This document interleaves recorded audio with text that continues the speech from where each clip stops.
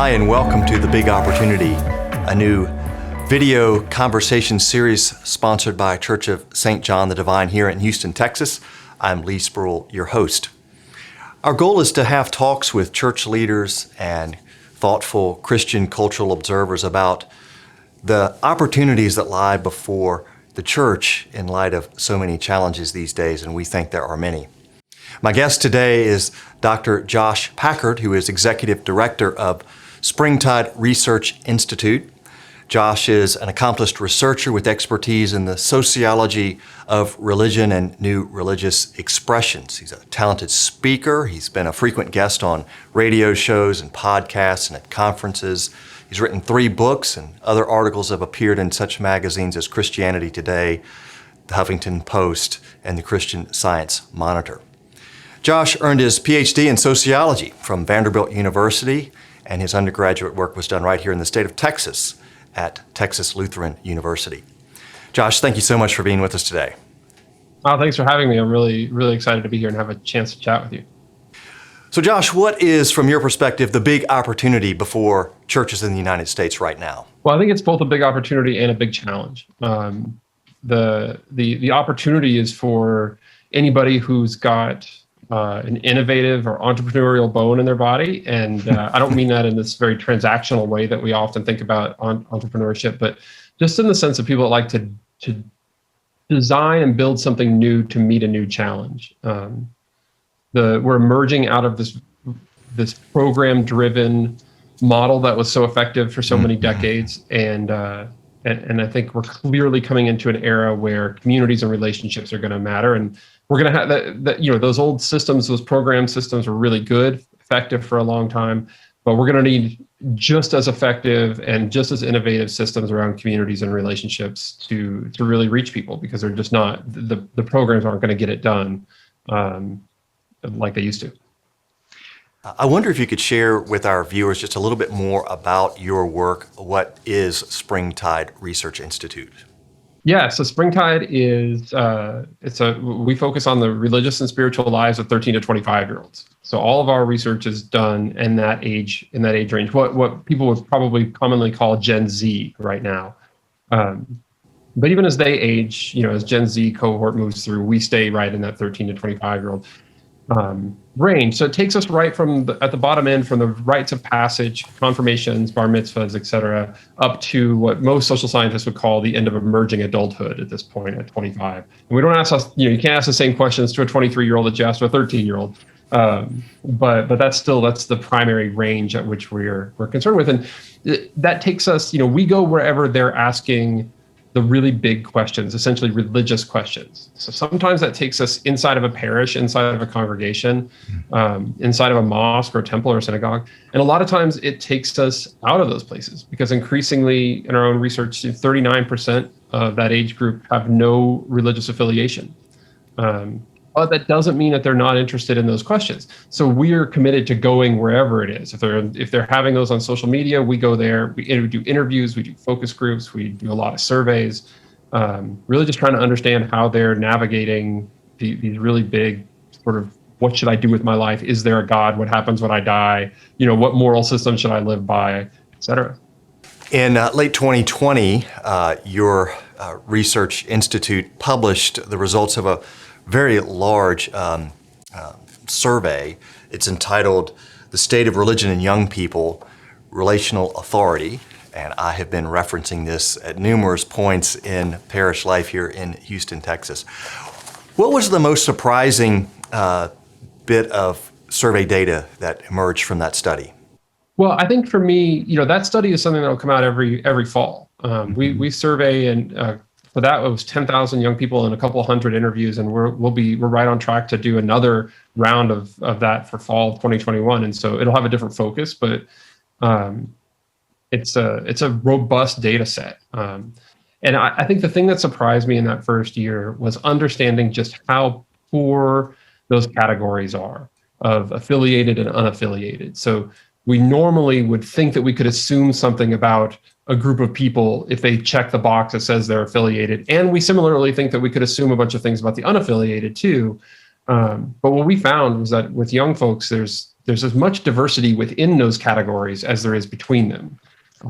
And so it really just calls for, I think, a new way of understanding the religious life of young people.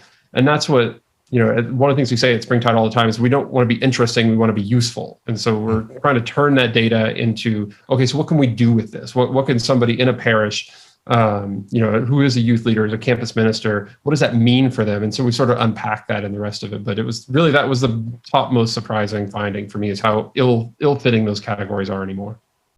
Interesting.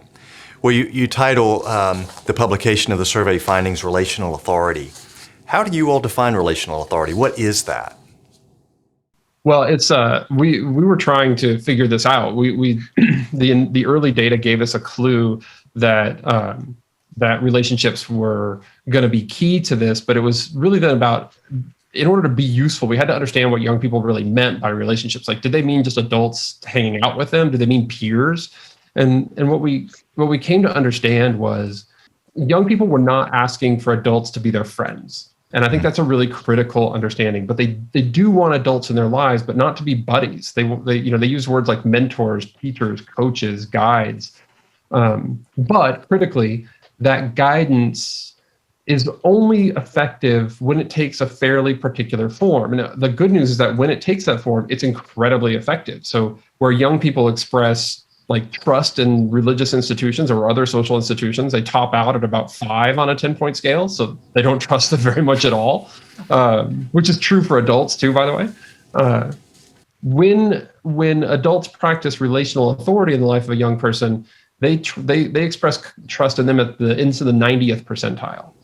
So there's a dramatic, it's clear and dramatic that relationships are the place to live. So part of that is expertise. So all of these institutional markers of authority that we used to rely on solely about position or title or credential or knowledge or experience, those things that we would wrap up as expertise, they remain vital. Young people really want adults who have some expertise in their lives. But if that's all you're doing, it's not going to be enough. It has to be combined with these other dimensions, things like transparency, integrity, right? I'm not transparent, integrity, care, listening. Listening is probably the biggest one. And it's when we start to combine those other dimensions with expertise, that's when we start to really see movement in terms of our ability to influence and be an important resource for young people. Well, it is important for us to realize that for young people, as you mentioned, for so many across all ages, there's a kind of a lukewarm view of the institution of the church, and yet a very high priority placed on community, on relationships. One of the things that interested me in reading through the survey data and analysis was the openness for young people to accountability. I'm not sure that's a word that they would use, but that might surprise some of us who perhaps hope we can lure young people into the life of the church by lowering the bar. How would you respond to that? That initial sort of line of inquiry came out of this study that we did for meaning making, which is another report that we released in the summer of last year. And meaning making is all about the 8 values that organizations need to have if they really want to attract young people to be volunteers, employees, to be donors, et cetera, or even customers, actually.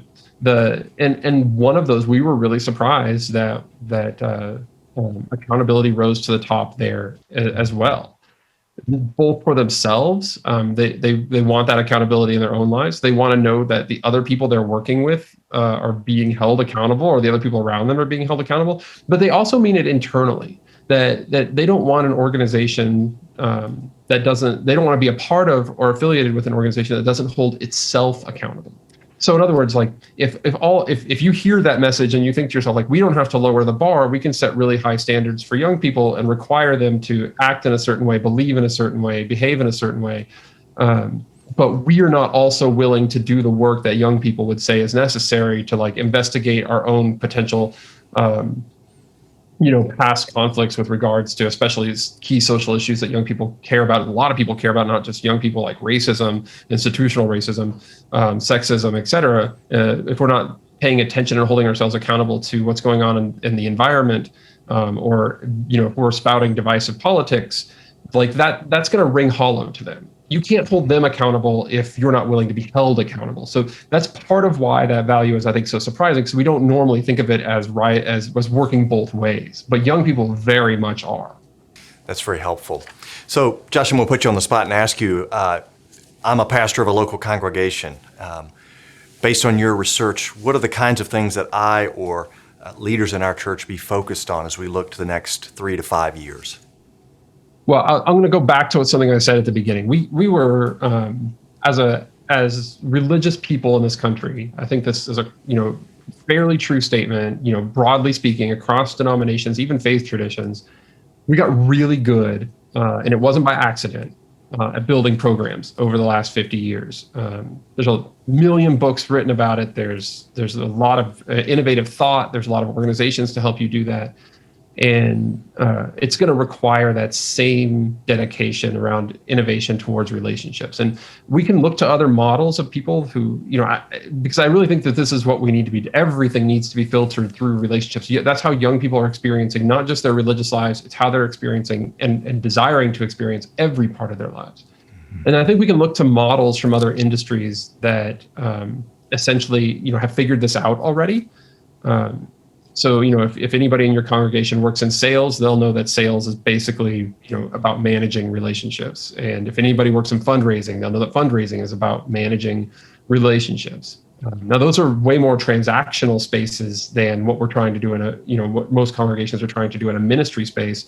But I think we can learn something logistically, innovatively about how it is that one person in those places is able to, keep a portfolio of dozens, if not sometimes hundreds of relationships. And it's because, at some level, they've built a system that allows them to track each conversation and interaction, and everything is intentional. It's always moving to the next step. And I think we can adopt some of those principles, but inside of a ministry transformation context, not, we're not trying to move people into being donors or whatever. Yes, and we've got a lot of lessons to learn in that way, but we've done it before. The church can do it again. I think that's where I would be spending my time is, how many conversations can we have on a given week that are directed and purposeful? I love it. Everything should be filtered through relationships. Much food for thought. Josh, thank you so much for being my guest today. Yeah, happy to be here. Thanks for having me.